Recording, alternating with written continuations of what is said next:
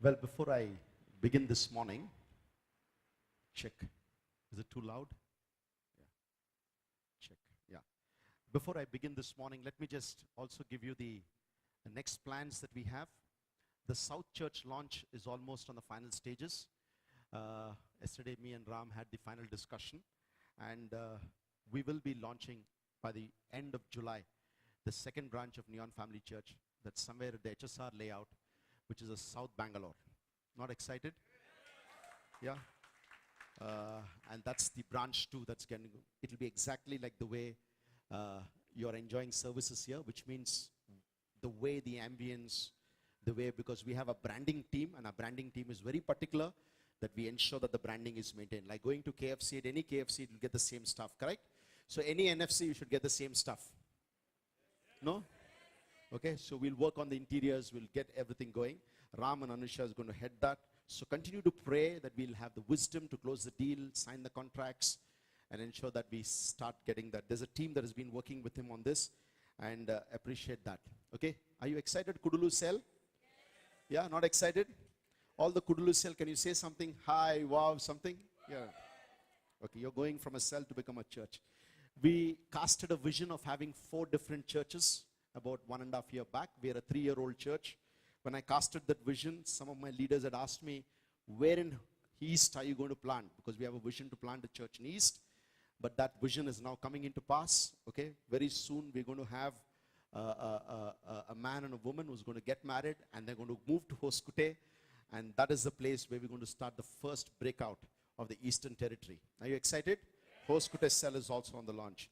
I've told you before that we're also looking at terminal ill work. Pray that we will have discussions once Burley comes back, and we'll be able to put infrastructure into place for that. Okay? And we are so glad because our Sunday school is something that's really picking up. And I want to really appreciate the team that worked on that. And Jenny and Clementina, thank you so much. It's a good job. How many of you are really enjoying the Sunday school? You all enjoying? At least going to that place. Correct? It gives you a good feel, correct? I've asked the children last week, which one do you like, the top one or the down one? They said, any day the top one. Okay? They said, your projector is not as good as our projector. Okay? So that's really good. Praise God. Well, this morning I'm going to speak on a very interesting topic, which is called the biblical hospitality.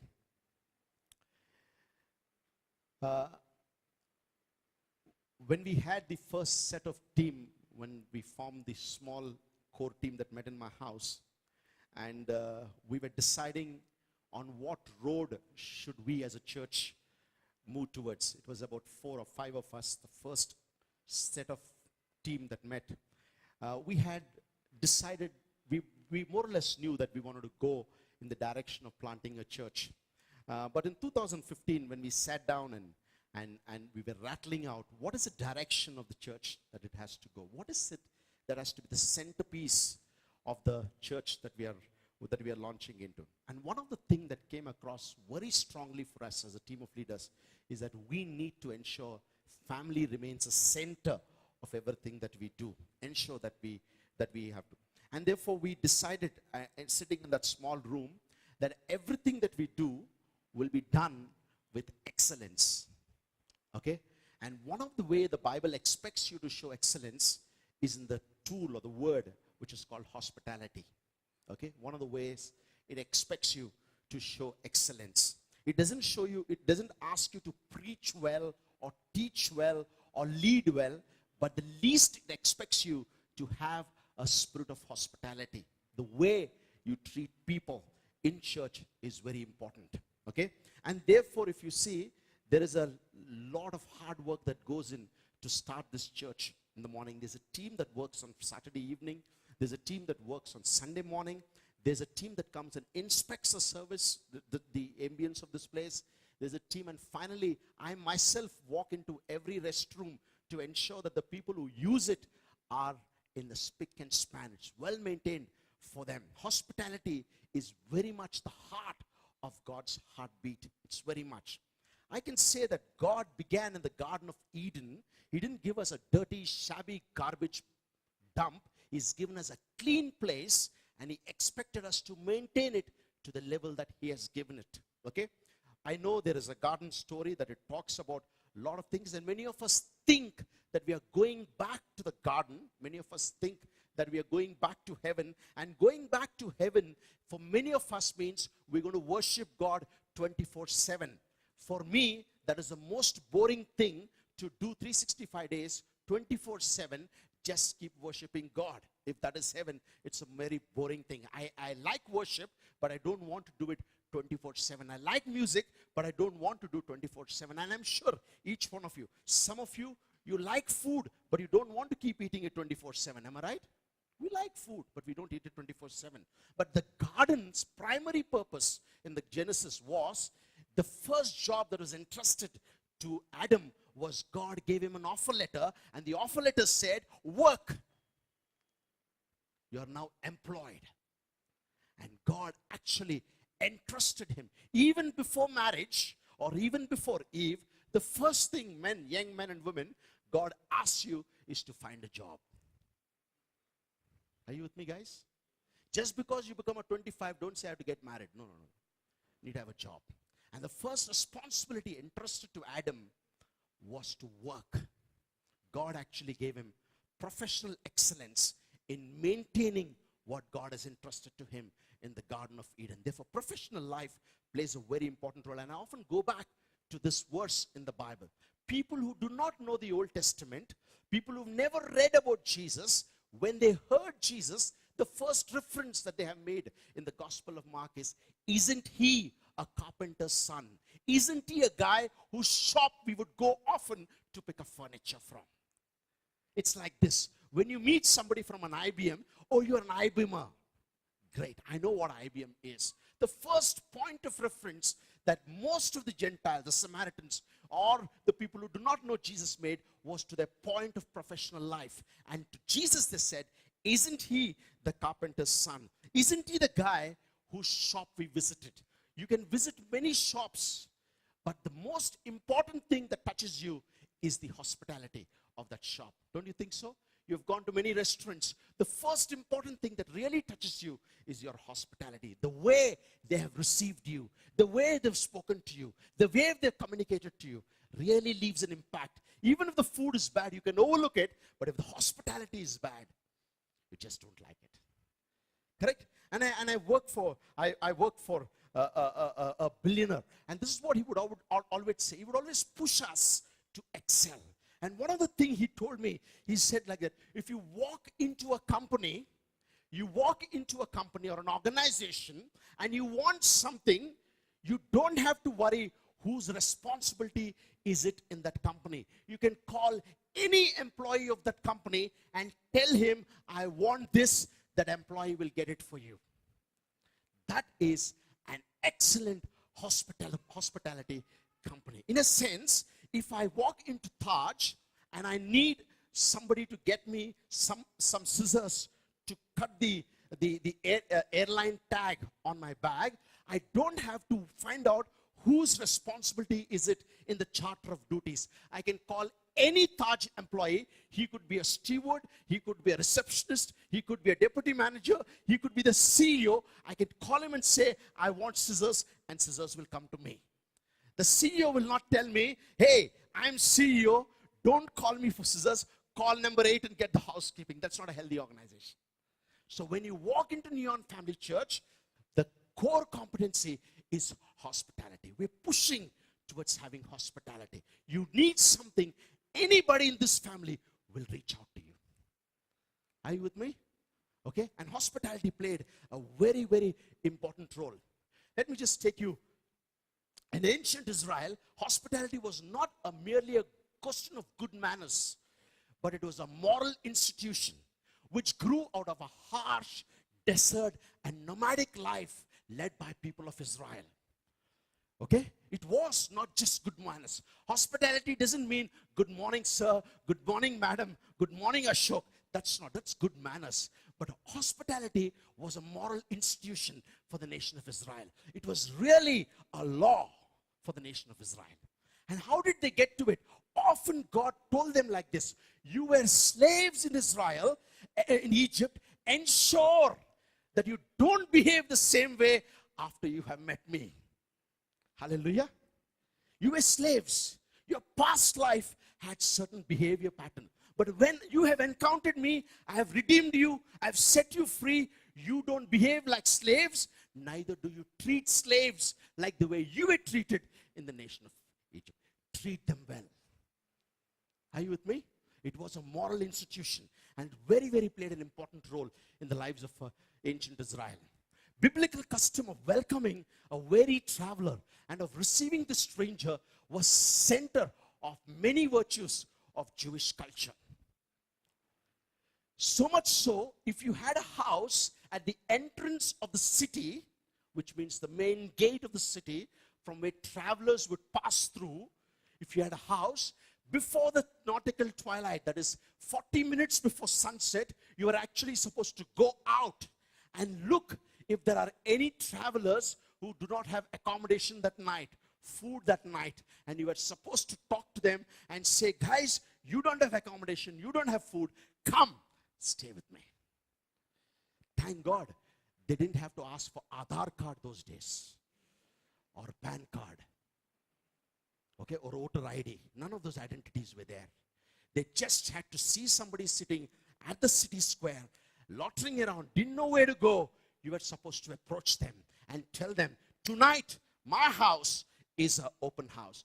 On the house was said, he said, come and take care of my hospitality. My home is a home of hospitality. That was a center of the virtues of Jewish culture. I'm going to take you through the Bible to see how hospitality was insisted and taken care in. I come from a very orthodox, high-class, religious Hindu background. In my home, hospitality means it is only for people at my level or above. I'm a Pillayar. A Tevarmar will never be served food in my house. He will never be served. A beggar will not be given fresh food in my house. Even if I have fresh food, my mom or my person who is responsible for food in my house, my grandmother, will search for 2 or 3 days old food or vegetable, and that's what will be offered to the beggar. Hospitality was never part of my culture. Never, never. Thank God I met Jesus. Thank God meeting the universe, the Lord of this universe, has transformed my life, and I will share my own journey. We are living in a period where it is me, myself, and my dog is the world. Okay? I know of homes where the lady or the man of the house is more concerned that the dog did not have the food. Not that I'm against animals. I'm myself a canine trainer. But what I'm saying is the life of human being exists above everything else in the order of God. Agreed? Which means there has to be hospitality first for people created in the image of God. Okay? And we need to push forward for that center of Jewish culture. Biblical examples of hospitality. Let me take you to one. And this is the example of Abraham. Okay? The Bible says, as soon as Abraham saw the 3 men of Mamre from far afar, he hurried to invite them into the house, ministered to their physical comfort, and served them lavishly. Wow. Okay? Today, I don't know how many of you seen this Hindi movie, Atithi Kab Jaoge. Did you see that movie? Atithi means guest. Atithi Kab Jaoge. Guest, when are you leaving? That's the movie. Nice movie. Watch it. You'll enjoy. Atithi Kab Jaoge. Oh, Atithi means guest. Okay, he's landed up in your house, and the couple every day comes back into the bedroom and says, when is this man going, yaar? And here is Abraham. He saw somebody coming from afar. He dropped everything. We are living in a culture, if somebody says, I am coming, the next excuse we want to find is, hey, but I'm not there at home. Am I right? I'm not at home. You're at home only. But I'm leaving now. We are in 5 minutes. You're actually not leaving. I've heard these statements. Correct? But Abraham did not find an excuse. He actually hurried. He increased his pace and went and served. And what did he serve? He actually served their physical comfort. He actually asked them, you come to my house, are you tired? Would you like to rest? There's a bed prepared for you. Would you like to have some water? You're tired. Okay? Would you like to sit down? Hey, when have you last eaten? When we go to our relative's house, and one of our aunties eventually became a believer, and one of my aunties, and to her house, any time of the day I go, the first question is, when did you last eat, man? Come on, sit down, eat now. When did you last eat? In Telugu, whenever, as if I've been coming from Somalia or some, place there is famine. No. Her heart is to give. And Abraham actually looked after the physical comfort. Physical comfort. Okay? They actually, and I have this experience. Most of the hospitality experienced by me did not come from rich people's homes. It actually came from people who struggled for 3 meals a day. I used to work for 3 years among the missions. And one of the mission trip was in the interiors between Orissa and Andhra Pradesh.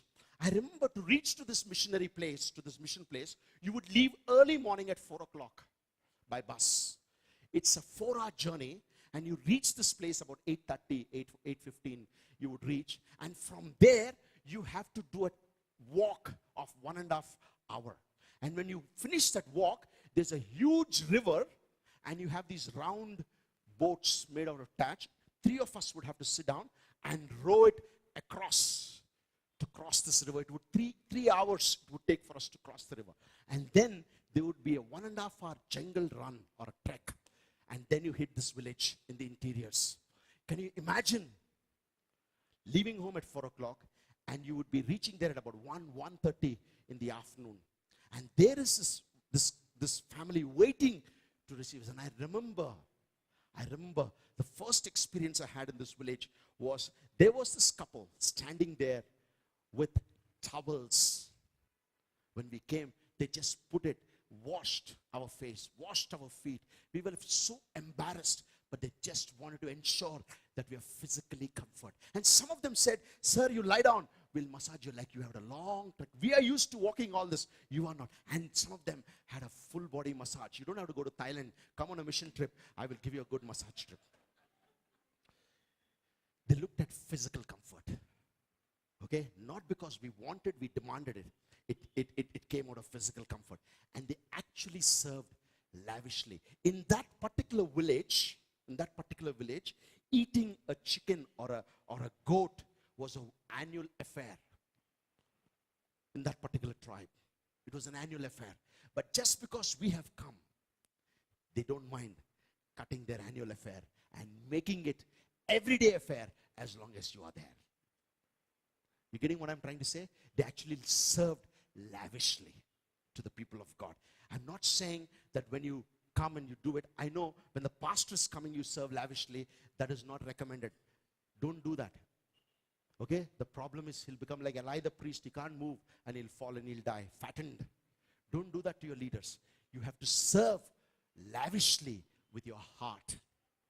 Serve lavishly with your heart. Don't go and buy best. Second example I can look at is Laban. Laban was very eager to welcome Abraham's servants, while Rebekah attended to the comfort. So in this example, it was not just the man of the house or the woman of the house. The whole family extended hospitality. The whole family extended hospitality. I have gone into homes where the husband is served, but the wife is totally disconnected. Or the wife is served, the husband is totally disconnected. Or both of them serve, the family is totally disconnected. 10 times, my son is inside, my son is inside, my son is inside, my son is inside. He's never appeared. Have you been to such homes? But here is an example of the whole family. Whole family. We did this exercise as a family 6-7 years back. And we said, let us know the top 3 things we as a family should be known. And one of the top 3 things that we as a family should be known is hospitality. And we took a decision about 8-9 years, or much earlier than that, as Suni and me, that the best room in a house is always the guest room, not my bedroom. Okay, so for many years, we had an air conditioner in the guest room. We didn't have air conditioner in our room. Okay, we pushed ourselves because that's biblical to serve the people of God. Okay, and here is Laban. As a family, they've attended to the needs. So hospitality is not just a one-man show. It's a whole family receives the one. Third example, Jethro, the Midianite priest, he wasn't a believer. He didn't know Jesus, but hospitality was a culture of the Midianites. Was particularly disappointed at being deprived of the opportunity extended to hospitality to Moses. Okay, his daughters came and said, we met a guy who served us in providing water, and actually the father felt so upset. Where is this guy, man? How did I miss the opportunity to actually serve Moses? Okay, fourth example, Manoah did not allow the angel to depart before he had partaken in the hospitality. I've gone to certain people, I'm actually eaten, but they can feed you fed up. Till here. Okay, we once went to, a couple of years we went to a camp in Dubai, and Dubai camp is predominantly Filipinos. They love food and pictures. Two things they like. Every time you meet a Filipino there will be food and there will be pictures. And I remember they had really fed us up till here. And at 6 o'clock, they said, you know what, brother? Fantastic camp. Thanks for ministering. They said, you're eaten till here. Now we're going to a Chinese restaurant to eat again. So they took us to a Chinese restaurant. And I sat there, and the moment I saw the food, I ran out of the restaurant, puked whole food out, okay, and actually came out. Okay, that is not what we are talking about. Don't force people. Manoah actually requested, departed. Don't make them, I made samosas, eat 3. Don't do that. That's not the spirit of Manoah here. He said he did not allow the angel to depart till he had partaken in that. In other sense, he said, at least wait till I serve a glass of water. Okay? And biblical hospitality is actually diluted as we move forward. Okay? The Shunammite woman in the Bible had a special room prepared. Okay? She was supposed to be a wealthy woman, and therefore she saw the prophet coming once, twice, and then she had a consultant meeting with her husband, and she said, this prophet is coming quite often, quite frequently, so why don't we just build for him? We have enough money. Why don't we make his life a little bit more comfortable? And actually they built a guest room for the prophet in that particular time, and that is Elisha had a guest room of a 7-star or a 5-star, you can call it, during those days. That is how the Shunammite woman provided hospitality. There's an extreme case in the Bible of hospitality shown by Lot in Gibeah, okay, an old man who were prepared to sacrifice the honor of the daughters in order to protect their guests. It's also recorded in the Bible for us. An extreme case of hospitality, and they were willing to sacrifice the honor of their own daughters, but to protect the integrity of the guests. An extreme case. Bible is recorded for us. Okay. There are also hospitalities who were rewarded and punished in the Bible. And I will show you a few such, and you can go back. One is Rahab showed hospitality and it was rewarded. How was it rewarded? She was exempted from death when they actually took over Jericho. David had actually repaid courtesy with Barzillai, okay, who had extended to his men courtesy. And not only did David show to this king Barzillai, but he also extended to his servant Kimham, who was there at that particular time. And Gideon actually castrated the elders of Succoth and Puel, okay, because they refused to spend money and use their resources to actually bless him. And in fact, the Jewish culture calls it a disease. A disease. Yesterday there was a preacher was talking, and he says that you may have 100 rupees in your pocket, but you may not have a heart to exchange the 100 rupees for a 2 rupees tea. Very valid point. Am I right? You have 100 rupees in your pocket and the tea will cost you 2 rupees. You don't have the heart to exchange it and break it for a 2 rupees tea. And he actually was talking about the heart, not. And here is an extreme case where they refused to show some kind of hospitality.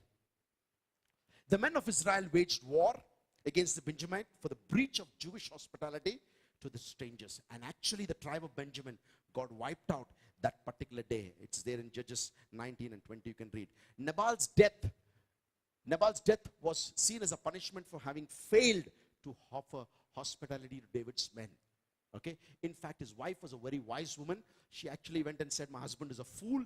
He does not know what he's doing. I will compensate. And actually David's anger. But God dealt with Nabal. And actually Bible records it for us that he died prematurely because of not showing hospitality to David's men. That's God's godly men. Okay? The killing of Sisera of Zeel is the only breach of hospitality to be praised in the Bible. In fact, there is a beautiful song written in the book of Judges, chapter 5. When you go back and read, it's a beautiful. Actually, the guest asked for water and she gave him milk. She went extra in offering hospitality, but she also ensured that the king was murdered.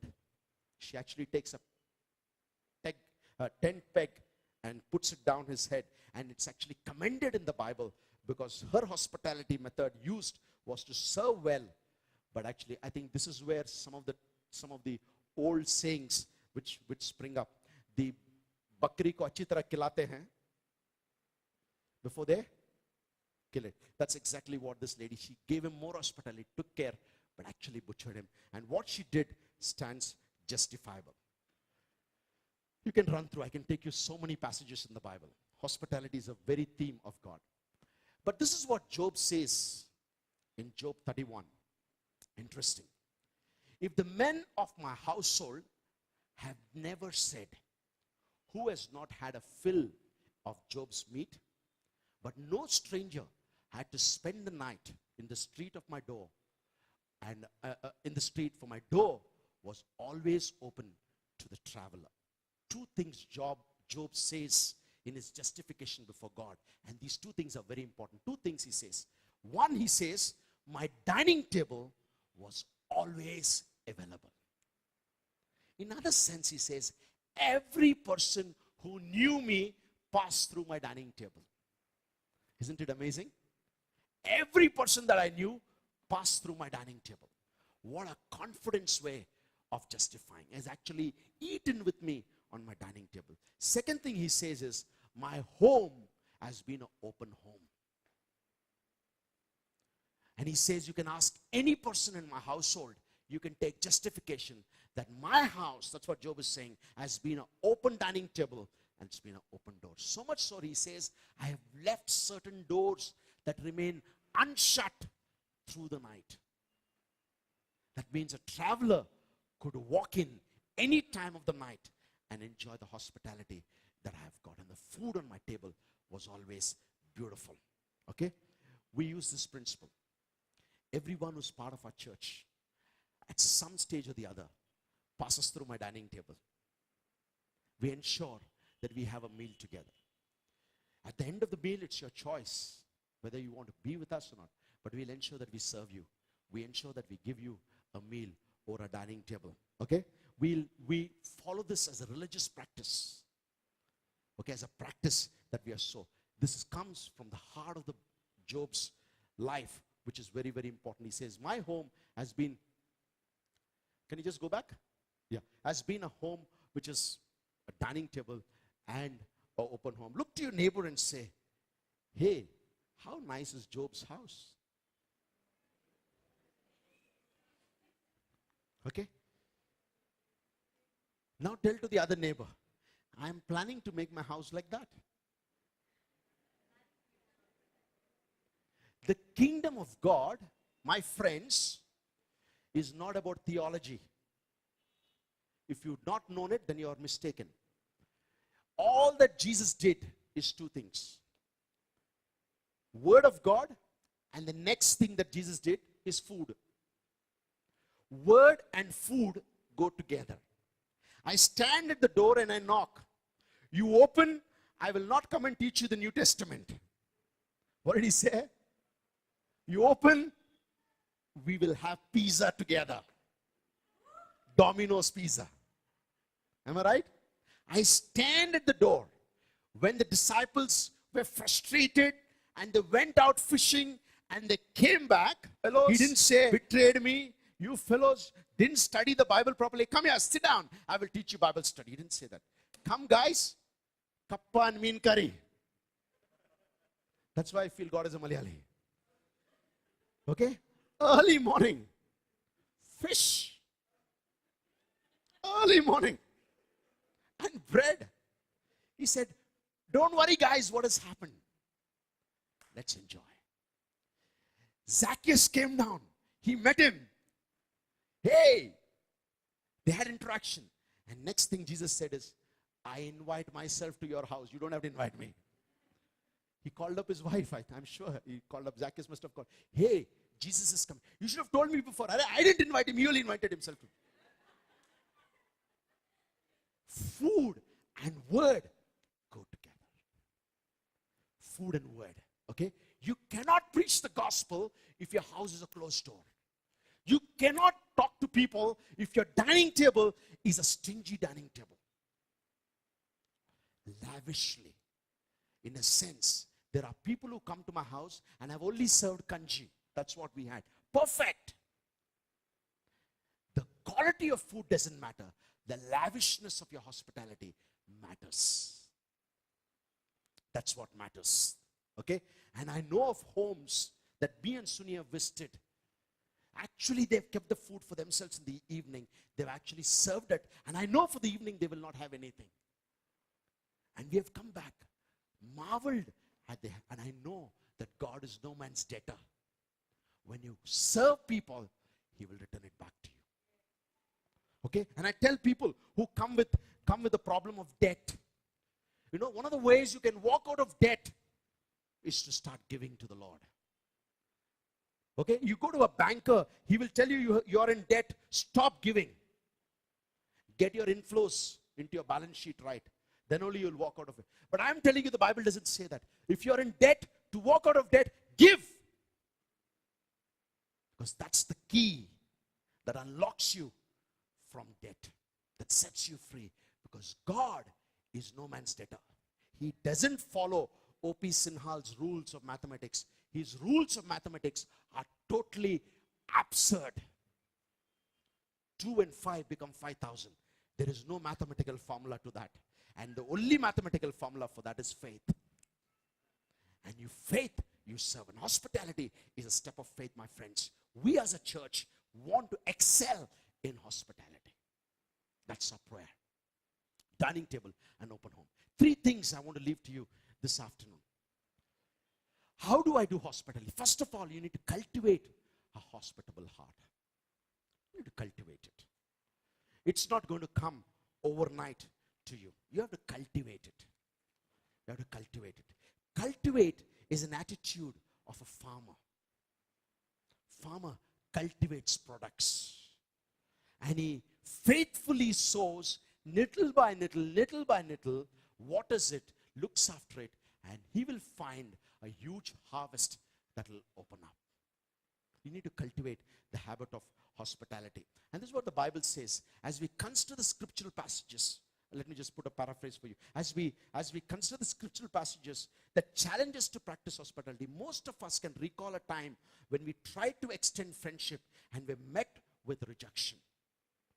If you are like me, I faced that couple of times. Satan can use his rejection as a roadblock to prevent you from obeying God on future occasions. There's a beautiful movie on a Christian movie on marriage. A divorce marriage. What is it called? Which we ask couples to watch. No. What? No. Fireproof. Yeah? Beautiful movie. The whole movie is about 50 days of hospitality. The exercise given to a couple that's actually parting ways is to lavish hospitality. Just to lavish hospitality. And it says at the end of the time, results are different. Results are totally different. Okay? Hospitality is a cultic. Initially, there was so much of reluctance to actually show hospitality. But by the day 10, parameters change in that movie. And day 40, an elderly couple, a father advises him or a pastor advises that couple to actually show hospitality. cultivate the culture of hospitality. It's very important. We will have rejections. We will have rejections. Jesus himself has gone through rejections. There will still be people who will betray you. I know in my life, people have walked into church, met me. They wanted a certificate of conduct. I've given them a certificate of conduct. They wanted a police exemption certificate signed by a gazetted officer. I've signed and given to them. At the end of it, they've left us. That's fine. That's fine. That should not stop me from showing hospitality to people. Even now, when people knock my door, I still sign certificates and I still give them. Because hospitality should not tire you because of their behavior. Okay, if we cultivate the heart of biblical hospitality, we must refuse to rely on our own achievements or to dwell on our failures.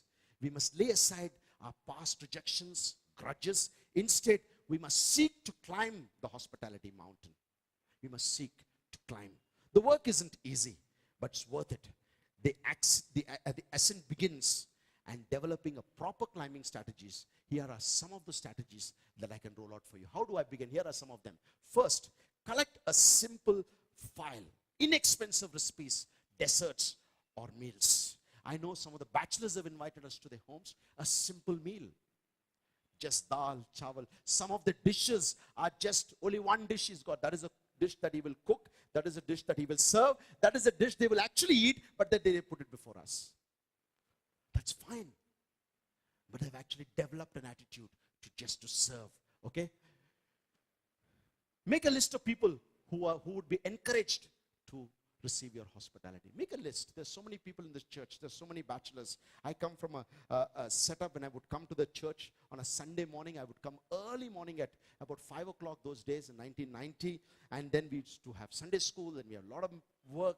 We would actually miss breakfast. And by 1:30, we are actually extremely hungry. And our salary wasn't so good that we could afford to eat outside. We would actually wait for some couple in the church to say, hey, come over home for lunch. And we would say, hey! And we would signal to one another, Mera ho gaya, tera jugaad kar. We would make that. You know what? Their service of that meal was the best meal on that Sunday. Even the message didn't matter to us, but that food made us belong to the kingdom of God. Many of them would serve simple dal and rice and one vegetable. Perfect. But it meant a lot to me as a young, non-Christian guy walking into the church. Dining tables are good. Make a list of the people in this church that you have not invited and you would like to invite them. Okay? Make a plan to invite your guests first, soon. Don't say, I will do it. I will start this hospitality from 2020. Start now. Okay? Soon is the word that I want to leave. Start simple, spontaneous invitations. Okay? Make it very, very simple. Spontaneous invitations are very, very, after the church is a great beginning. Soon after the church. That way we've removed the burden of lunch. In this Neon Family Church, you can only invite people for dinner. Because lunch is served by the NFC. Okay? Pray that a hospitable God will give you the joy to demonstrate. Okay? And he'll give you that kind of character. Remember that memories will take time. Will take time and energy to build. And the purpose is to nurture the heart of biblical hospitality that sincerely communicates, come back soon. When you serve people, you always tell them, come back soon. We don't say, Dobara mat milna. Correct? We don't say, don't come and meet me again. We actually serve them to say, come back soon, come back soon. Okay? In the Hindu culture, okay, being from a Hindu background, in the Hindu culture, if you attended a wedding, at the end of the wedding, when you're about to leave, they will give you a betel leaf with betel nuts, some sugar-coated, some stuff, nicely coated. It's like a pan, but it isn't like a pan. It's called tambolam. And they give you this tambolam, and they ask you to chew it, put it into your mouth before you leave. And as you cherish that, no matter what your experiences have been in the wedding, this is the final experience that you actually leave the campus. And then you go back, and actually your tongue is changed, the color is changed. Everything has changed, and you're constantly remembering what is the last thing that you ate, and the last thing that you ate is thambolam. Okay? Your attitude of sending people away from your house should be with that attitude. Come back. Come over and spend. People whom we invite, we tell them, if you inform and come, we will serve you good food. If you don't inform and come, you will eat whatever we are eating. Choice is yours. Okay? And soon he tells them, if you give us 2 hours notice, a good, really nice thing. What is about your choice? We will serve you. But if you don't inform, then whatever I serve to my husband, you will have to eat, which is a normal food. No? Okay? Whatever is served. So ensure that it is done. Second, embrace a culture of hospitality. Embrace a culture of hospitality. It says, do not neglect to show hospitality to strangers, for they have some have entertained angels unawares. Sometimes you serve people, and in the process, you may be thinking, this is actually a demon that I'm entertaining, but actually it's an angel. That's what he says. Okay? And it's very important that we have the embracing culture of hospitality. In the Jewish culture, the embracing of hospitality was very much. So much so that if I had a servant, I could not actually give food to the servant without asking the owner of the house. It was so much valued. They actually respected hospitality. They actually embraced hospitality to an extent because they felt they were treated like the VVIPs in their houses. Okay? It's good for you to look at that.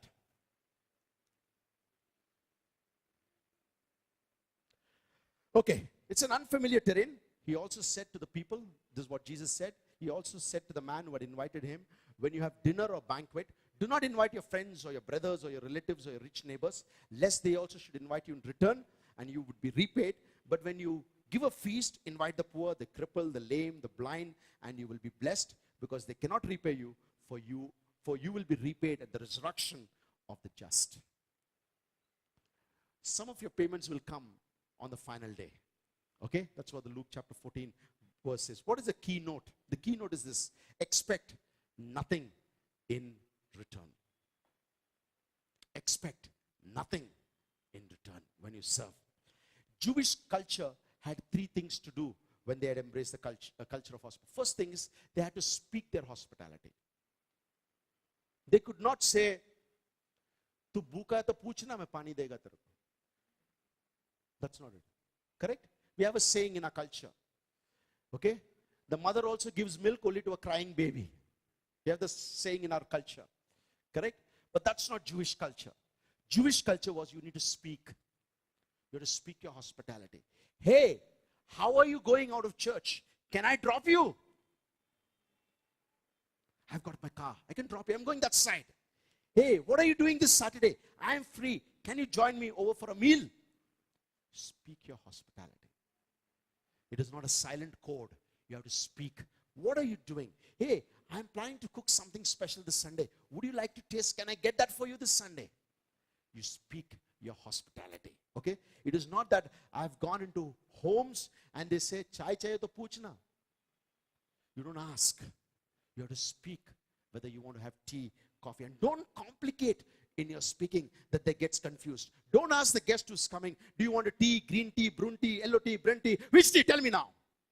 No, that's not hospitality. Ask basic. Give them logical decisions to make. Don't complicate their life so much that he'll never drink tea after that. Okay? Give them, speak your hospitality. Second is, serve the unknown stranger with the best that you have. Which means if a stranger comes to your house and you have made chicken curry because you're a working woman or a working man, and therefore you have prepared this chicken curry thinking that Monday I've got busy, but a stranger walks into your house, don't give him yesterday's food. Give the best. When you open the fridge, open the best and serve the best in your hospitality. That's Jewish culture. Third is seek the will of God. Seek his well-being. Which means any stranger, I had Muslims come into my house, I've got Hindus come into my house. At the end of my meal, this is what I say: can I pray for you? And what do I pray? I pray, God, bless this man. Bless him. Because he's come to my house And I want him to go blessed out of my house. If you come to my house, we have got a name tally outside our house. It says, Ashok and Suni, be blessed as you come and be blessed as you go. Be blessed. You had food in my house. I've served you food. Go back well blessed. And last, capture hospitality memories. Capture them. Capture them. For the Bible says, whatever you do, work heartily, so that for the Lord and not for the men. Knowing that from the Lord you will receive an inheritance as your reward. You are serving the Lord Jesus Christ in your hospitality. This is what Paul remembered in Acts chapter 28 verse 2. So beautifully. And Luke captured it for us. And this is what he said. The native people who didn't know Christ, showed us unusual kindness. What a phrase to put. Unusual kindness. Which means there is usual kindness. And there is unusual kindness. Unusual kindness. For they kindled a fire and they welcomed us all, because it had began to rain and it was cold. Isn't it amazing? Isn't it amazing? What a way to remember. You know what? When you serve people, you leave a benchmark of faith. I remember we used to have a cell group in my house. And one young boy walked into our cell group. And we had this conversation. He didn't know Christ. You know, the conversation went on. In the conversation, we discovered that day happens to be his birthday. Okay? And Suni then promptly, I don't know how many of you know Suni's cake. Suni's cake has got a, you know, that old tin, which is a big hole in the center of the cake. You know, that ancient of days. So she made cake promptly, and we actually cut cake for him on that day. And he went back, and I've never heard about him after that cell meeting. Only a couple of years later, Suni's brother, who pastors a church in Mumbai, one day gave me a call. He said, do you know this guy by this name? I don't even remember his name. He says, you know what? He decided to follow Jesus in your house the day you have cut birthday cake, and he's now part of my church. True story. As we heard this story, we've just got numbed. We cut a birthday cake for him that day. He gave his life to the Lord Jesus. He didn't tell me that he's giving his life to the Lord. Years down the line, there was a memory of hospitality that led him to the kingdom of God. Okay?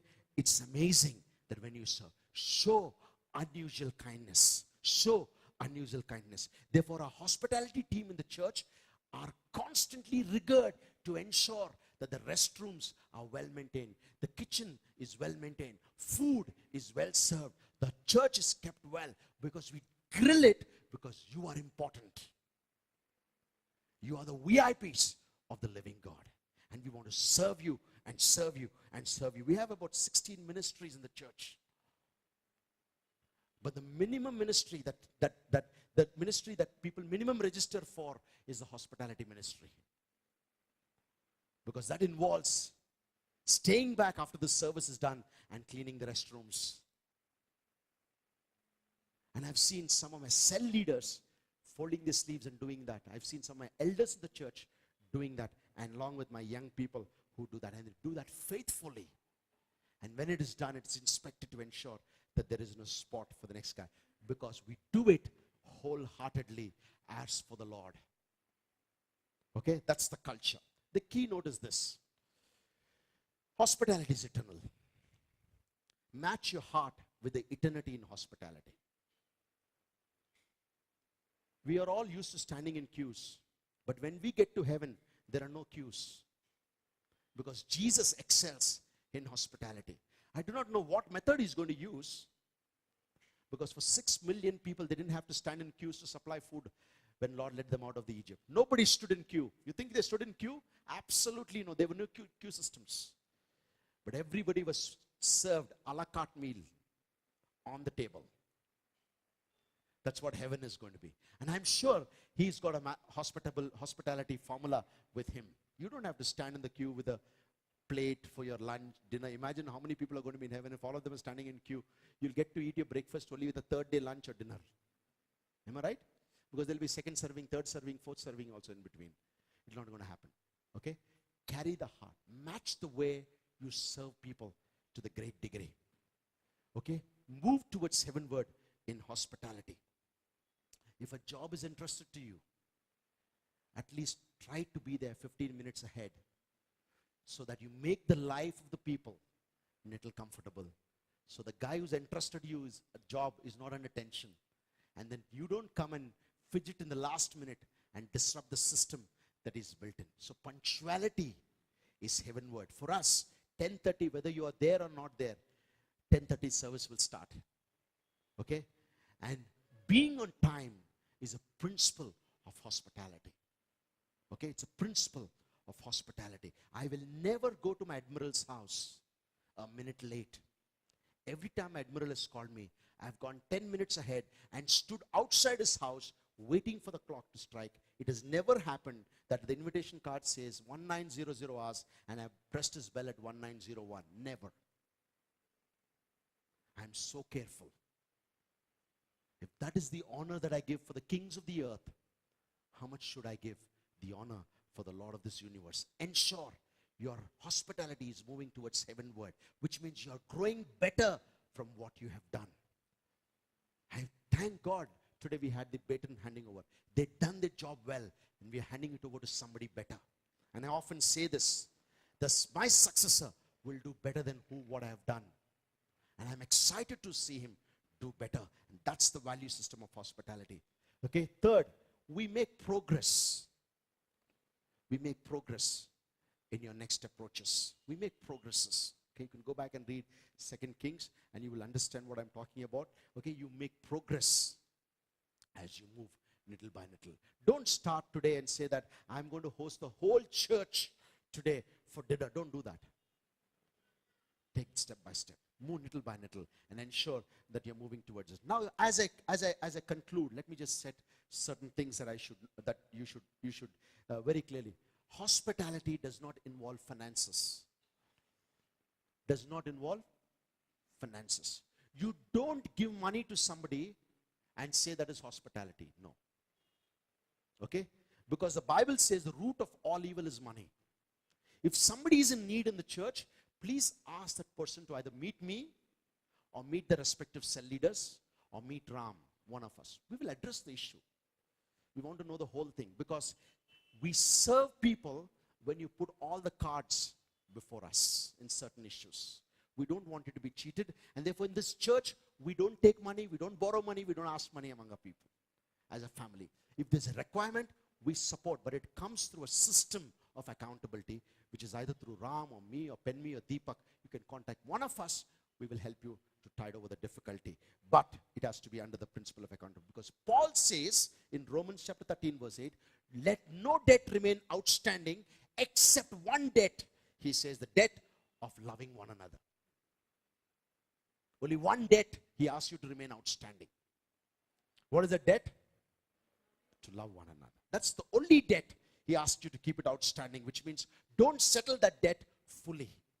Ensure there is some balance still left, credit balance left in that. So ensure. Second principle I want to say that don't go lavish. Jesus has made it very simple for us in the hospitality. He said, don't go and buy chicken biryani. Don't go and buy mutton biryani. Don't go and buy whatever the 4-letter word which is banned in our country. Don't use any of those biryanis. He says, the only thing I want you to do is offer a glass of cold water. When I say cold water, it is not refrigerated water. It is room temperature water. If the room temperature of Rajasthan is 43 degrees, serve us 43 degrees water. As simple. Is hospitality very difficult? No. But I want to tell you, friends, 29 years, I walked into different homes. I sat in a home for an hour. They never even offered me a glass of water. I was actually very thirsty. It was so difficult. I actually left that house, looked for a place to buy a bottle of water. It is just not there. That's not Christ. That's not biblical. Okay? Keep your word. Keep your word. Hospitality pinches you. It pinches you. When people say we're coming home, it upsets our schedules. When people stay in your house, it's hard work. You can ask Deepak, you can ask Ram, you can ask a couple of these guys. Okay, you can ask our bachelor boys. They host a lot of people over the weekend. Okay, ask them. It pinches. It pains. Okay? So when you are a guest, make their life comfortable. Okay? When you're there, just behave like a guest. Don't say, now you've given me, this is my PG. I will take care of this PG. No, no, no. They've gone out of the way to make you comfortable. Ensure that your memories are so pleasant that you pass through them. They should say, wow, it's always a joy to have them. There are certain people that we just don't think, even if they're coming at the middle of the night, our doors are open. We just love them. They just come because they make our life so beautiful in that serving. Okay? I've got some of our bachelors who come home. You should see the way they come. They come, they eat, they will square up, they will serve. It's like a family. It's not that I'm a guest. Kana ready hai, bulana main aata hu. No, that's not the attitude. Belong to the family of God. And as I conclude, it's what it says. Do not neglect to do good and to share what you have, for such sacrifices are pleasing to God. Share what you have. Okay? Don't share what you don't have. Because I want to end with this note to say that in Hebrews, do not neglect to do good. And hospitality is a good thing. Ensure that you keep your word. And hospitality is very simple.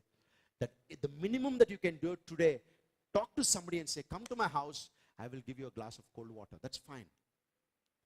Call them. Invite them. Have them. Okay? There are people who tell me I'm an excellent cook. But bulata nahi hai kabhi. What use is that excellent cook, you tell me? But every time I meet them, I cook mouth-watering biryani. Khilayega kab? Every time you're cooking, you're only eating. No, but why are you telling me? Correct? Share what you have. Okay? Let's just close this afternoon.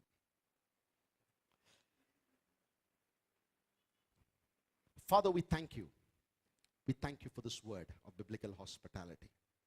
Truly, Job said that my home was an open home. My table had meat that everyone in the city has tasted of it. Our prayer is that you bless our homes. You bless us as a family, that we will be a serving family, a family that supports and reaches out to one another. And each one of our homes will be an open home that will experience biblical hospitality, and that we will taste of your goodness through this way of doing and serving the kingdom of God. And I pray, help us to truly be a family that replicates this model. In Jesus' name, I pray. Amen. Amen. God bless, guys. Service is over.